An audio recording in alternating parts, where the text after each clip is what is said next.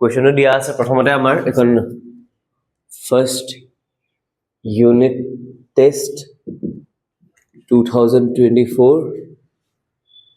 class 10 সেবা আৰু আমাৰ যোৰহাট বোৰ্ড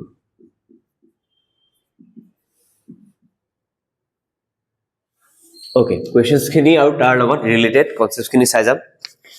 ফাৰ্ষ্ট এমসিকিউ টো আছিল যে 17424 ঠিক আছে 17424 এইটোৰ আমাৰ আনসাৰটো খুদিছে অপশন দিয়া আছে আমাৰ A12 B দিয়া আছে 132 C দিয়া আছে 11 D দিয়া আছে 1452 প্ৰথম কথা এইটো স্কয়াৰ নাম্বাৰ হয় না আমি লগালগ গম নাপাও ইমান বহুত ডাঙৰ নাম্বাৰ দেন কি কৰিব লাগিব প্ৰথম নাম্বাৰটো চাই ল'ব লাগিব 17424 আৰু যদি বাই চান্স এটো স্কয়াৰ নাম্বাৰ হয় যদি বাই চান্স আমি কওঁ যে maybe it is square number লাষ্টত 4 আছে as it has 4 in unit digit so আমি গম পাও যে 2 স্কয়াৰ 4 হয় ইয়াতো 2 আছে ইয়াতো 2 আছে ইয়াত 2 আছে ইয়াত 2 নাই তো এই অপচন অলপ ক্যান্সেল হৈ গ'ল তাৰপিছত যেতিয়া আমাক নাম্বাৰটা দি থোৱা থাকে আৰু তাৰ স্কয়াৰ ৰুটত কেইটা ডিজিট আছে বুলি খুদে যেনেকৈ ফৰ এক্সাম্পল এতিয়া মই যদি কওঁ 16 এই 16 টো মই যদি এই ৰাইট সাইডৰ পৰা পেয়াৰ কৰি দিও দুটা ডিজিট পেয়াৰ কৰি দিও আমি এটা পেয়াৰ পাম তো ইয়াৰ স্কয়াৰ ৰুটত এটা ডিজিট থাকিব দ্যাট মিন্স obviously 16 ৰ স্কয়াৰ ৰুট 4 হয় এটা ডিজিটে ওলাইছে তেনেকৈ মই কৰিলো 169 ইয়াৰ পেয়াৰ হল 1 অৰ পেয়াৰ হল এই 1 টো অকলশৰীয়া থাকি গল মানে এটা পেয়াৰ বুলি ধৰি লও আমি তো ইয়াত কেইটা ডিজিট পাইছো দুটা তো obviously √169 13 আছে দুটা ডিজিট আকৌ তেনেকৈ আমি পাইছিলো মই যদি চেক কৰিবলৈ যাও যে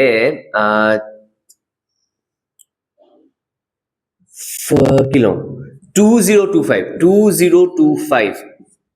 ইয়াত দুটা পেয়াৰ বনিলে তো ইয়াৰ স্কয়াৰ ৰুটৰ ডিজিট থাকিব দুটা ডিজিট আৰু এইটো স্কয়াৰ ৰুট হল আমাৰ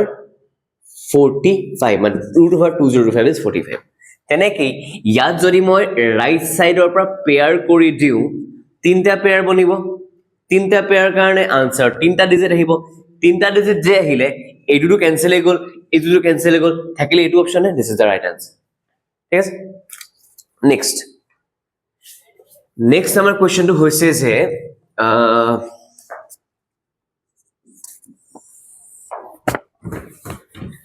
নেক্সট কোৱেশ্চন আমাক ক'লে যে ABCD proportional ABCD proportional কাম এটা বৰ পিছে হয় এই স্কয়াৰ ৰুটৰ বাকি কনসেপ্ট কেইটা একেলগে কৈ লৈছা যে ঘটনাটো হল আমাৰ বাকি স্কয়াৰ ৰুট টু 1 অৰ পৰা 20 লৈকে স্পেসিফিক্যালি 30 লৈকে মনত থাকাটো জৰুৰী সেকেন্ড কথা এই নাম্বাৰটা দি দিব তাৰ স্কয়াৰ ৰুটত কেইটা ডিজিট আহে হেটো খুদিছে এটা কাইন্ড অফ এই ডাইৰেক্টলি দিবে এনেকৈ খুদিব পাৰিলতে যে 17424 ৰ স্কয়াৰ ৰুটত কেইটা ডিজিট আহে এটা পেয়াৰ কৰি চাবা দিবা আনসাৰ দিব পাৰে 2 ডিজিট 3 ডিজিট 1 ডিজিট 4 ডিজিট আমি লিখিব লাগিব 3 ডিজিট তাৰপিছত স্কয়াৰ ৰুট মানে স্কয়াৰ নাম্বাৰ হয় নে নহয় এটা পাৰফেক্ট স্কয়াৰ হয় নে নহয় তাৰ এটা কনসেপ্ট আহে যদি নাম্বাৰটা লাষ্টত 2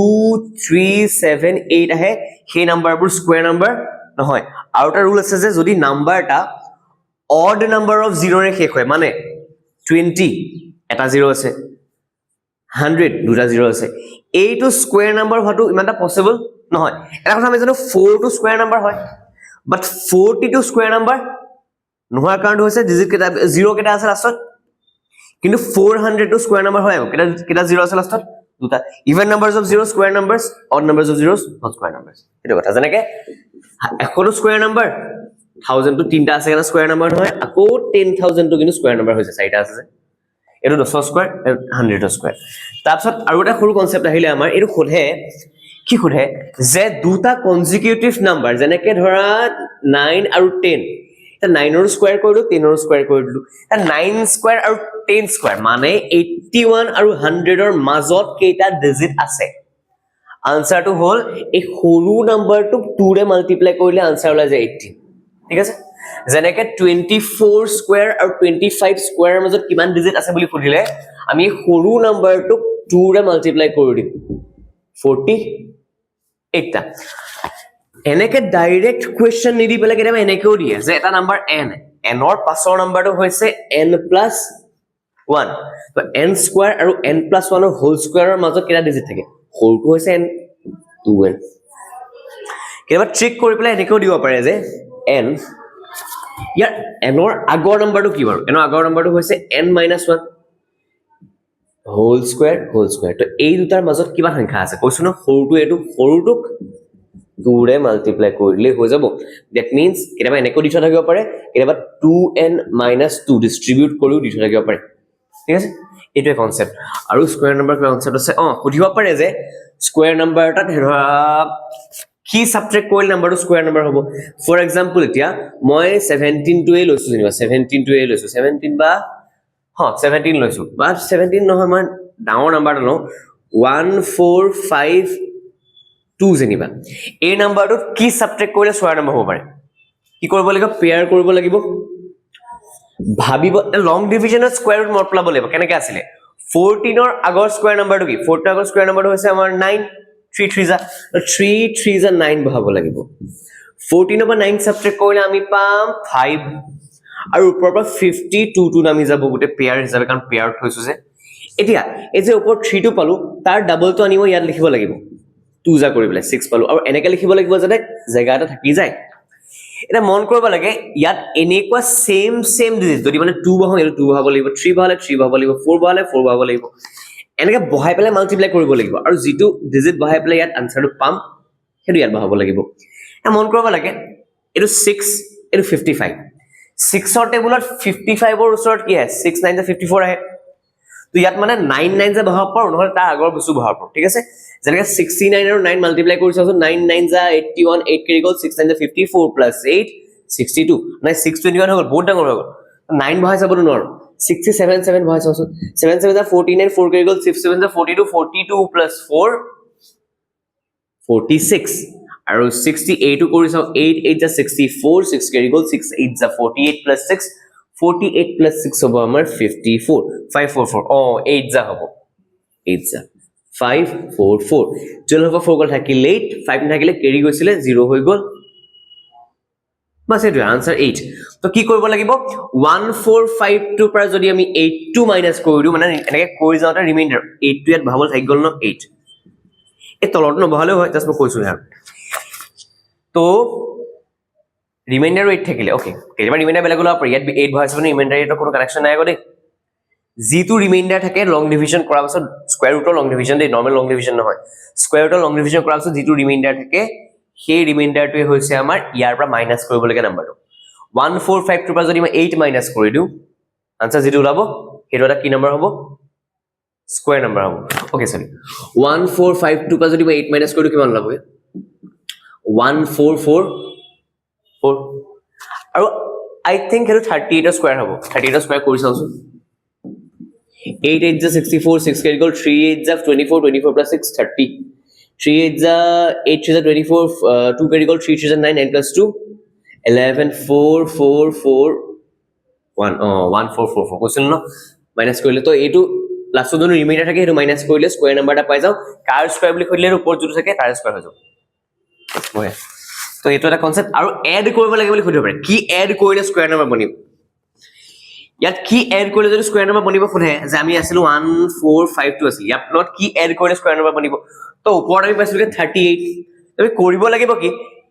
38 ৰ পাছৰ নাম্বাৰটো 39 ৰ স্কয়াৰ লৈ চাব লাগিব 9 9 যা 81 3 কেৰি 8 কেৰি গল 3 9 যা 27 27 plus 8 35 9 3 যা 27 2 কেৰি গল 3 3 যা 9 plus 2 11 1 5 plus 7 over 12 carry 1 3 plus 1 4 4 plus 1 5 1521 car square 39 square तो ए 1521 ৰ পৰা 1521 ৰ পৰা এই 1452 মাইনাস কৰিলে যেটো আনসাৰ পাম হেটো আমাৰ এড কৰিব লাগে 11 ৰ 2 গল থাকিল 9 1 থাকি গল 11 ৰ 5 গল থাকিল 6 হয় 69 69 will be the answer কি যেটো ইয়াত এড কৰিলে স্কয়াৰ নাম্বাৰটা বনি যায় তাৰছত এড হৈ গল সাবজেক্ট হৈ গল আৰু এটা সিম্পল কথাটা খুদিব পাৰে মাল্টিপ্লিকেশন আৰু ডিভিজন এটা ঘটনাটা হল মই নাম্বাৰটো লল যেবা যেটো স্কয়াৰ নাম্বাৰ নহয় যেনে 27 not a square number 25 too square number 25 36 square number